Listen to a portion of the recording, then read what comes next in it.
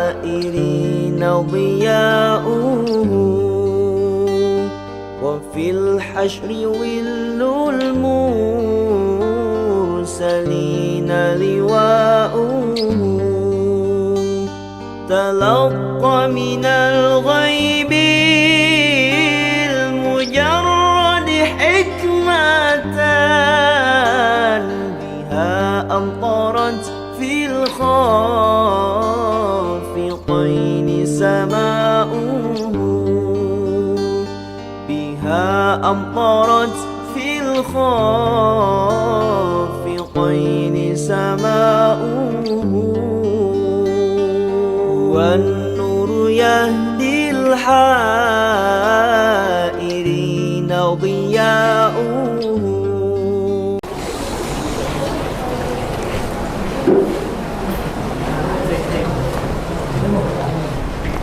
Assalamualaikum warahmatullahi wabarakatuh. Waalaikumsalam warahmatullahi wabarakatuh.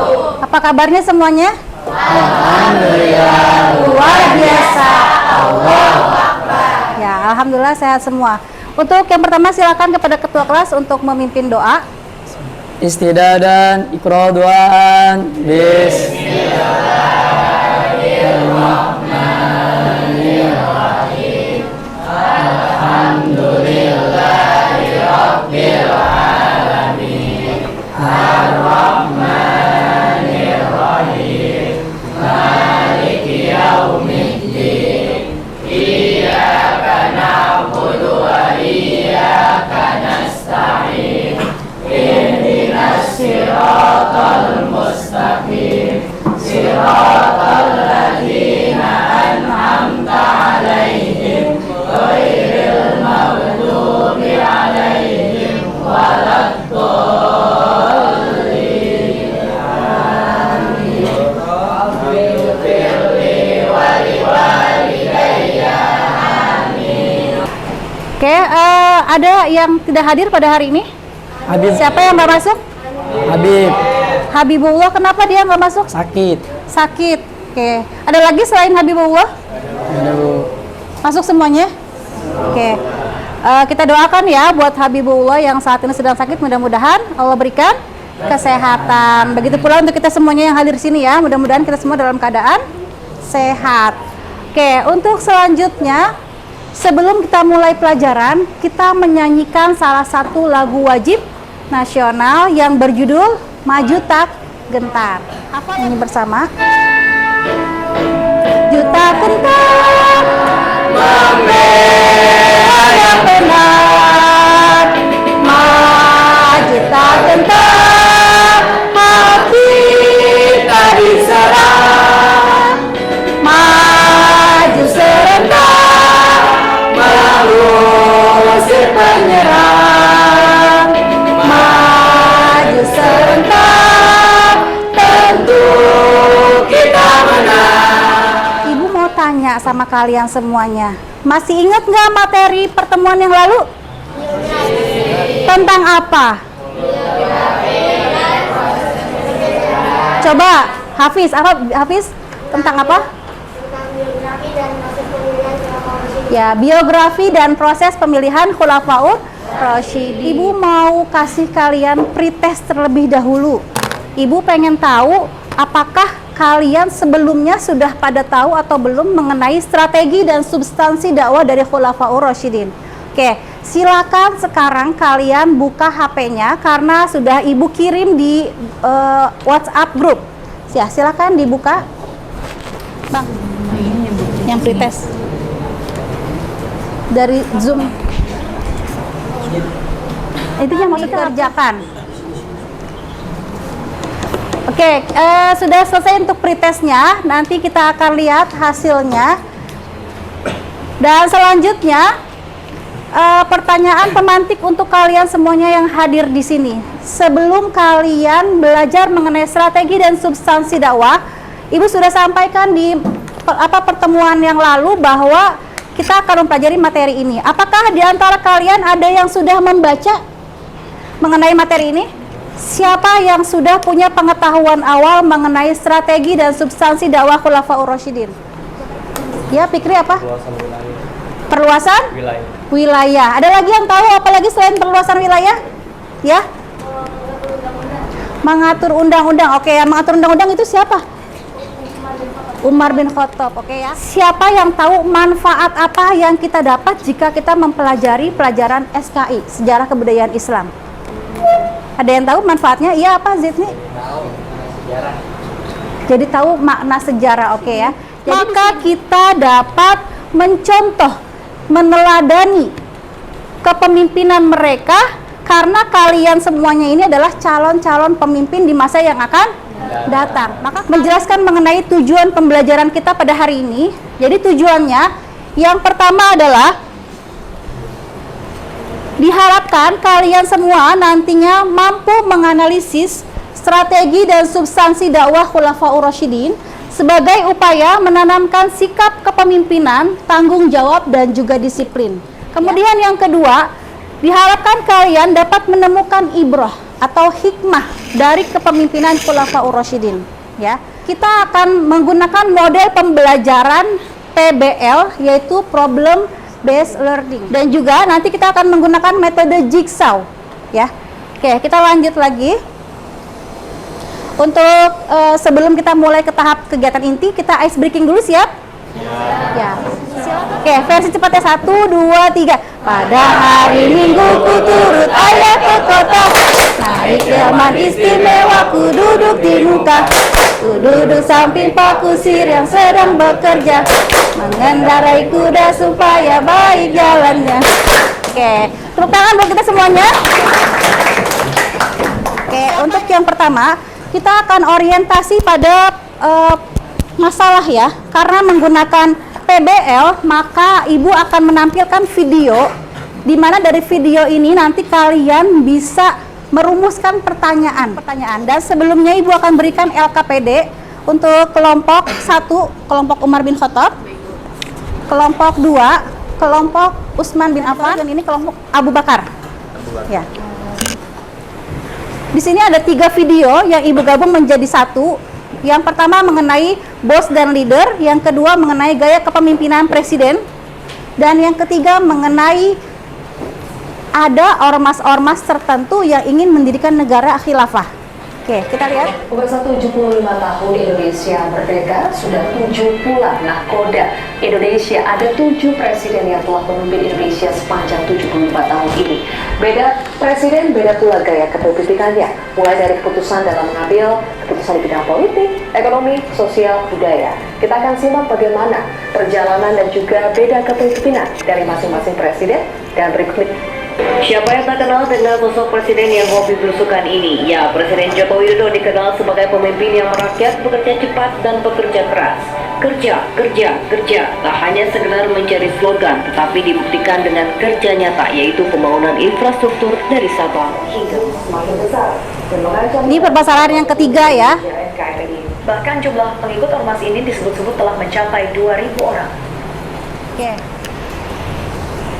Ini adalah 3 video yang Ibu berikan kepada kalian. Sekarang Ibu mau tanya, ketika kalian melihat video ini, apa yang terlintas di benak kalian? Kalian coba rumuskan pertanyaan-pertanyaan yang muncul dari video ini. Siapa yang mau bikin pertanyaan? Ya, saya Bu. Oke, silakan Putra. Bagaimana cara menjadi leader atau pemimpin yang baik dan benar? Oke. Nah, selanjutnya ada lagi yang mau bertanya? Saya Bu. Oh iya, silakan. Mengapa ada sekelompok ormas yang ingin mendirikan negara khilafah padahal Indonesia merupakan... Oke, pertanyaan yang ketiga dari Akbar, katanya, kenapa sih Bu, kok ada ormas-ormas yang mau mendirikan negara khilafah? Padahal kan Indonesia itu jelas-jelas bukan seluruhnya beragama Islam, ya. Oke, pertanyaannya bagus-bagus ya. Oke, kita keep pertanyaannya. Sekarang kalian belajar untuk mencari solusinya. Silahkan kalian kerjakan di LKPD. Silahkan dikerjakan. Untuk kelompok yang pertama, yang ini membahas mengenai Umar bin Khattab ya. Oke, jadi selain pertanyaan-pertanyaan yang tadi, kalian juga membahas strategi dan substansi dakwah khusus dari Umar bin Khattab. Sedangkan untuk di kelompok sini strategi dakwahnya hanya khusus Abu Bakar.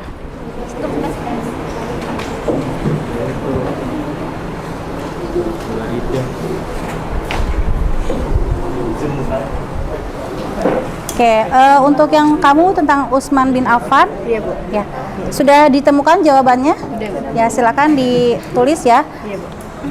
Sudah dipilih siapa nanti yang akan presentasi? Sudah. Oke. Oke, semuanya sudah selesai untuk LKPD-nya? Sudah. Oke, kalau sudah selesai, karena kita menggunakan metode jigsaw, maka di sini ada kelompok asal dan ada kelompok ahli. Ya, sudah kalian kerjakan. Nah, jadi ada kelompok yang sisa dari 3 orang di kelompok kalian nanti akan berkunjung ke kelompok-kelompok lainnya. Paham semuanya? Paham. Oke. Sekarang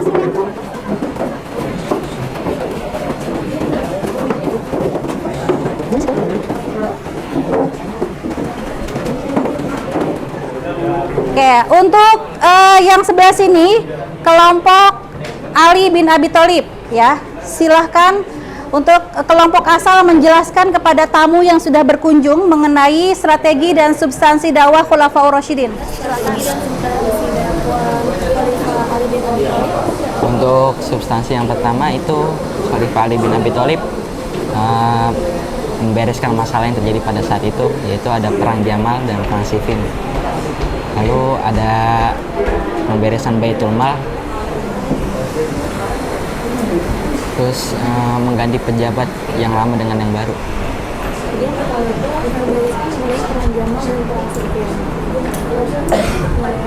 Bagaimana untuk kelompok yang lainnya? Apakah sudah paham dengan yang dijelaskan oleh kelompok Ali bin Abi Thalib?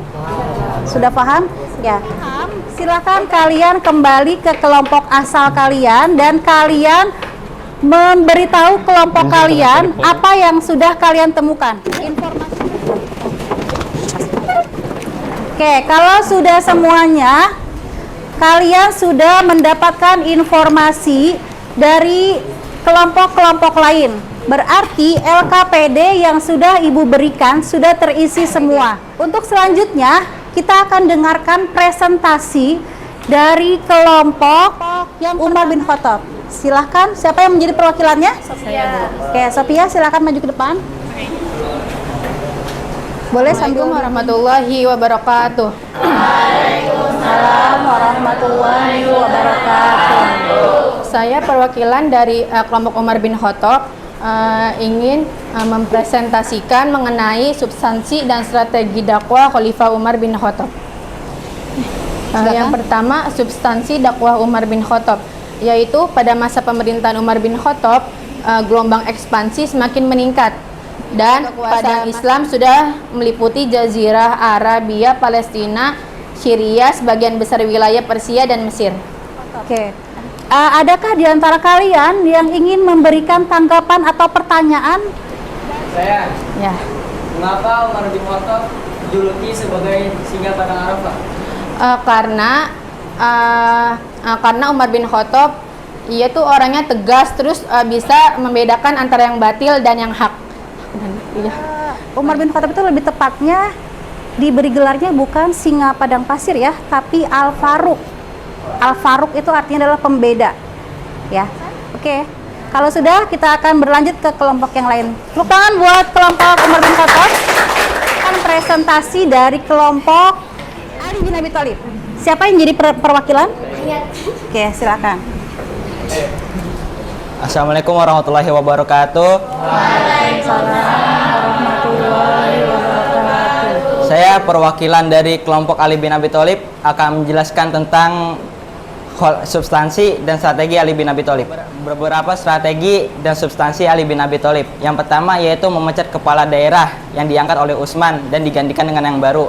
Yang kedua yaitu mengambil tanah Utsman yang diberikan kepada kerabat-kerabat. Oke, sudah selesai untuk strategi dan substansi dakwah Ali bin Abi Thalib. Adakah di antara kalian yang ingin memberikan tanggapan atau pertanyaan? Silahkan tunjuk tangan. Ya, silakan Karin. Mengapa pada masa Ali bin Abi Thalib di sana terjadi pembenahan Baitul Mal? Karena pada saat Khalifah Ali bin Abi Thalib itu dia mempunyai tugas untuk bertanggung jawab untuk membenahi Baitul Mal. Beliau juga menyita barang-barang dari pejabat untuk disimpan di Baitul Mal untuk kesejahteraan masyarakat. Sudah, Bu. Ada lagi pertanyaan? Kalau tidak ada, kita beri tepuk tangan untuk kelompok Pak Ali bin Abi Thalib. Terima kasih kepada pemakalah. Silakan kembali ke tempat. Coba sekarang kalian sudah selesai LKPD-nya, silahkan LKPD-nya dikumpulkan. Ya.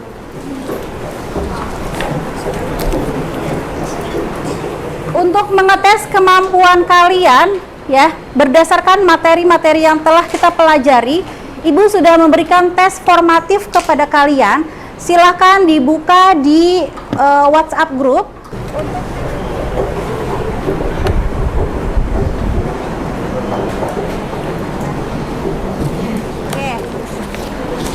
Tadi kalian sudah mengerjakan soal formatif ya. Itu adalah penilaian kognitif. Nah, sekarang kita akan melihat penilaian sikap. Di sini ada 3 lembar penilaian sikap. Yang pertama sikap kalian akan dinilai oleh teman sebaya kalian. Udah, cukup. Oke, sudah cukup itu ya.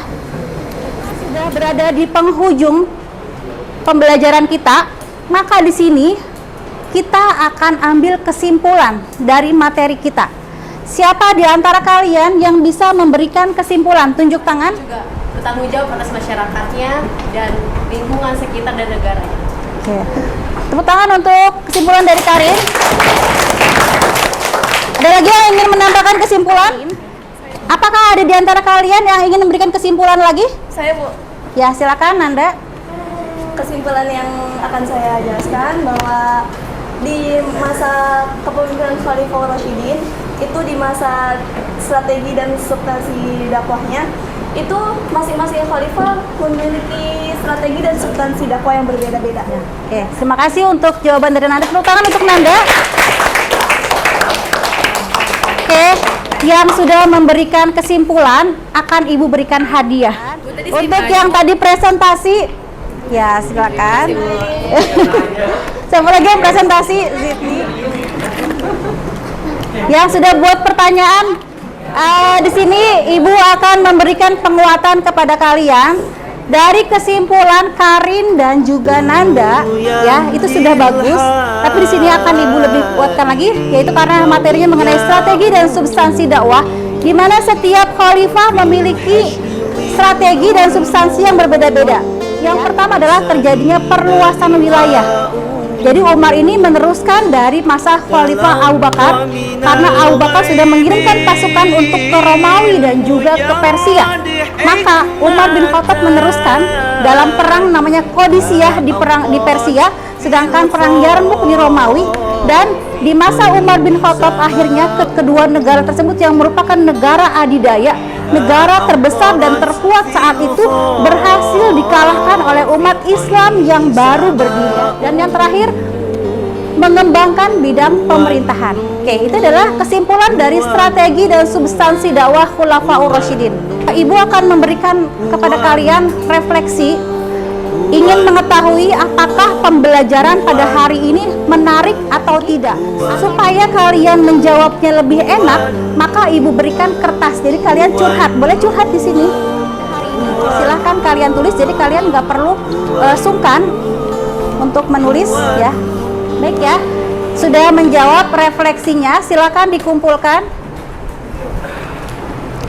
Nanti refleksi yang sudah kalian berikan ini akan Ibu jadikan masukan untuk pengajaran Ibu di pertemuan-pertemuan selanjutnya. Ibu akan memberitahu mengenai pembelajaran di pertemuan yang akan datang. Kita akan melanjutkan materi yaitu mengenai Daulah Umayyah. Untuk terakhir, marilah sama-sama kita tutup pembelajaran kita dengan membaca hamdalah. Alhamdulillahirabbil alamin. Tutup dengan doa penutup majelis. Subhanakallahumma wa bihamdika asyhadu an la ilaha illa anta astaghfiruka Baik, terima kasih atas perhatian kalian semua. Mudah-mudahan ilmu yang telah Ibu berikan bermanfaat untuk kita semuanya. Wassalamualaikum warahmatullahi wabarakatuh. Waalaikumsalam.